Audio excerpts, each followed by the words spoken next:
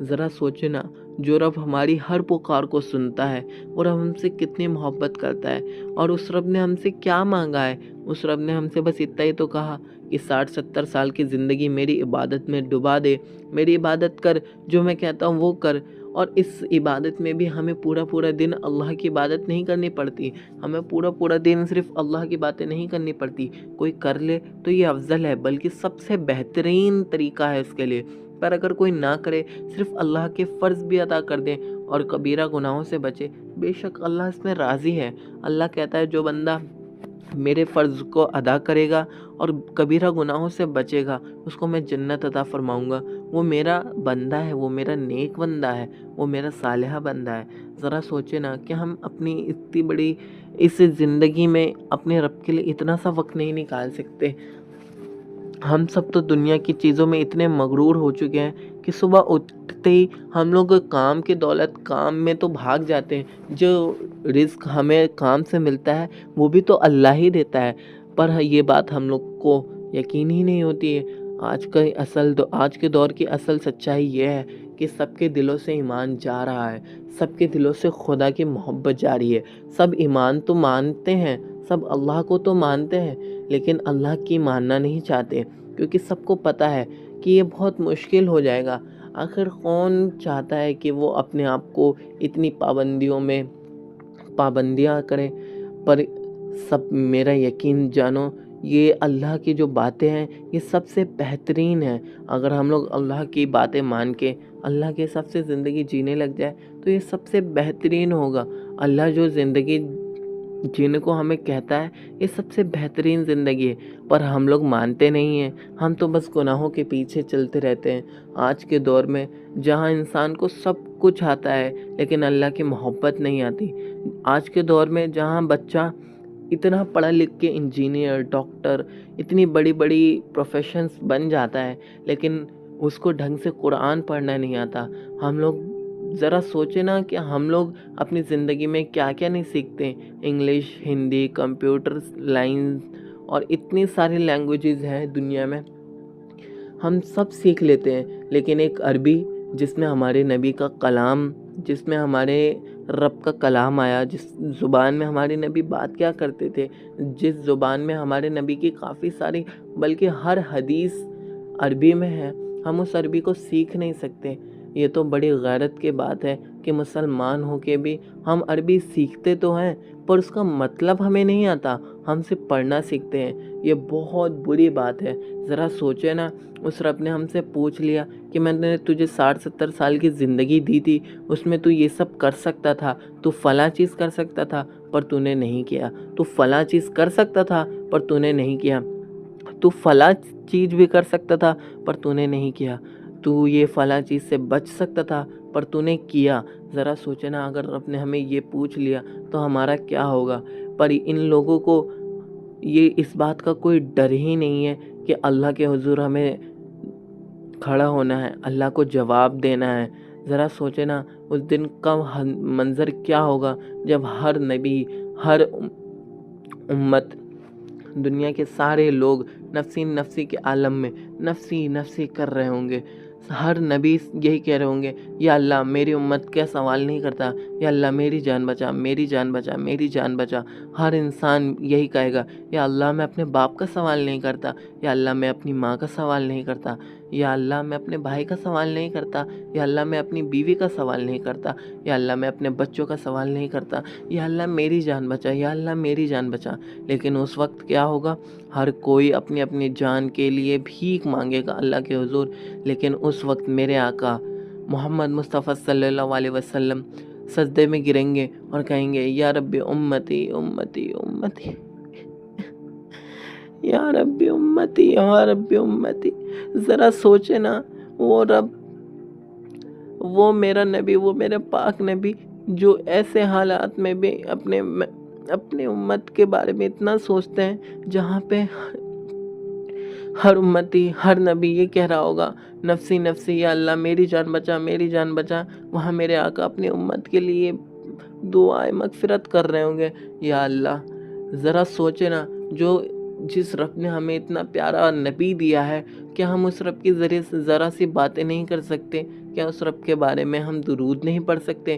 میرے ساتھ آپ لوگ ایک دفعہ پڑھیے، اللہم صلی علی سیدنا و شفیعنا و نبینا و مولانا بارک وسلم، الصلاۃ والسلام علیک یا رسول اللہ صلی اللہ تعالیٰ علیہ وآلہ وسلم۔ یہ بہت بڑی بات ہے کہ ہم لوگ آج کے دور میں رہ کر بھی اللہ کے حضور اللہ کی باتیں نہیں مانتے، اور نہ کہ اس کے محبوب محمد مصطفیٰ صلی اللہ علیہ وسلم کی کوئی بھی باتیں مانتے ہیں، بلکہ یہ تو سب سے افضل دور ہے کہ جس وقت ہم جنت کے اعلیٰ سے اعلیٰ ترین جنت کو کما سکتے ہیں۔ میرے محبوب نے فرمایا کہ وہ دور ایسا ہوگا جہاں پہ زنا عام ہو چکا ہوگا، جہاں شراب عام ہو چکی ہوگی، جہاں چوری عام ہو چکی ہوگی، جہاں پہ بے حیائی عام ہو چکی ہوگی۔ ذرا آپ اپنی گردن گھمائیے اور دنیا کا حال دیکھیے، کیا زنا عام نہیں ہو گیا؟ کیا شراب عام نہیں ہو گئی؟ کیا چوری کرنا عام نہیں ہو گیا؟ آج کے دور میں یہ سب ہو رہا ہے۔ کیا آج کے دور میں بے حیائی نہیں ہو رہی ہے؟ کیا آج کے دور میں زنا جیسی گناہ عام نہیں ہو گیا ہے؟ یہ جو گرل فرینڈ بوائے فرینڈ کا رواج ہے، اور یہ جو ہوک اپ کلچرز ہیں، اور یہ جو شہروں میں آج کل کی لڑکیاں ہیں، کیا یہ زنا کا طریقہ نہیں اپنا رہی ہیں؟ یہ سب سے بغیرت دور ہے، اور اللہ کے محبوب نے فرمایا کہ اس دور میں جو بندہ اپنی آنکھوں کی حفاظت کرے گا، جو بندہ زنا سے بچے گا، جو چوری سے بچے گا، جو شراب سے بچے گا، جو اللہ کے ڈر سے ڈر جائے گا، جو میری باتوں پر عمل کرے گا، بے شک وہ جنتی ہے، اور جو فرضوں کو ادا کرے گا۔ ساتھ ساتھ یہ بھی فرمایا کہ جو فرضوں کو ادا کرے گا، فرضوں کو ادا کرنا ہے اور کبیرہ گناہوں سے بچنا ہے، بے شک وہ جنتی ہے۔ اور اس دور میں، ایسے دور میں جہاں پہ ہر چیز گناہ پہ بھر چکی ہے، ایسے دور میں ان ساری چیزوں سے بچنا بڑا مشکل ہے، پر ہم کیا کوشش نہیں کر سکتے اس رب کے لیے؟ ذرا سوچے نا، میرے محبوب محمد مصطفیٰ صلی اللہ علیہ وسلم نے ہمارے لیے کتنی کوششیں کری۔ حضرت عائشہ فرماتی ہیں، حضرت عائشہ رضی اللہ تعالیٰ سے عنہا فرماتی ہیں کہ میں محمد مصطفیٰ صلی اللہ علیہ وسلم کو ہر دن دیکھتی تھی کہ وہ ہر رات کو لمبے لمبے قیام کرتے ہیں، پوری پوری رات قیام کرتے ہیں، کھڑے رہتے ہیں اور اللہ کے حضور دعائیں مغفرت کرتے ہیں۔ تو ایک دن حضرت عائشہ نے حضور سے فرمائی دیا کہ حضور، آپ تو اللہ کے محبوب ہیں، آپ تو اللہ کے بہت قریبی ہیں، اللہ کو تو آپ سے بڑی محبت ہے، اللہ نے تو آپ کے سارے گناہ معاف کر دیے، حالانکہ آپ تو گناہوں سے پاک ہے، اللہ نے تو آپ کو گناہوں سے پاک بنایا ہے، آپ پھر کیوں اتنے لمبے لمبے قیام کرتے ہیں؟ یہاں تک کہ آپ کے پاؤں میں چھالے پڑ جاتے ہیں، آپ کے پاؤں سوج جاتے تھے، اتنے لمبے لمبے قیام کرتے تھے آپ۔ تو آپ صلی اللہ علیہ وسلم نے فرمایا کہ عائشہ، کیا میں اس رب کا شکر ادا نہ کروں جس رب نے مجھے یہ اتنی ساری نعمتوں سے نوازا ہے؟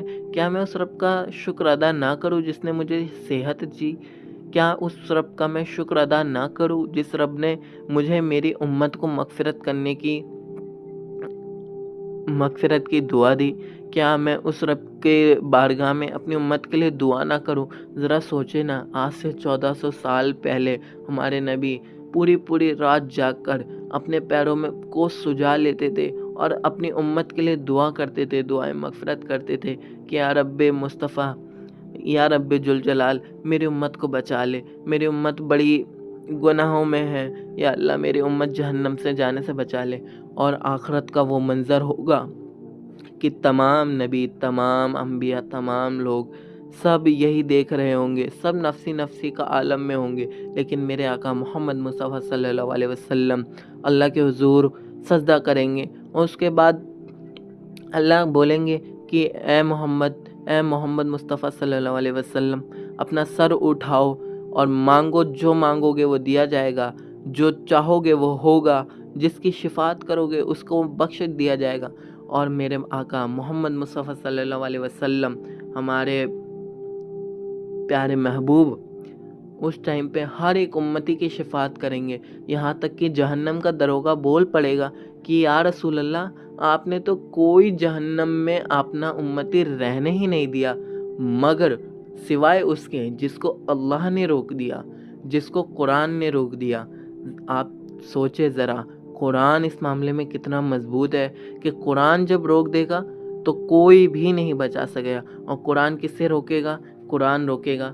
قرآن میں کہتا ہے کہ اللہ نے فرمایا ہے کہ جس بندے نے بھی میرے ساتھ کسی اور کو شریک ٹھہرایا، جس بندے نے بھی شرک کیا، اس کے لیے ہمیشہ ہمیشہ کی جہنم ہے، پھر اس کا کوئی بھی راستہ نہیں ہے۔ تو جہنم میں صرف وہی لوگ رہیں گے جو حضرت محمد مصطفیٰ صلی اللہ علیہ وسلم کی امت میں جو شرک کریں گے۔ تو ہمیں تو شرک سے بہت دور رہنا چاہیے۔ شرک ایسا گناہ ہے جو کہ بہت خطرناک ہے۔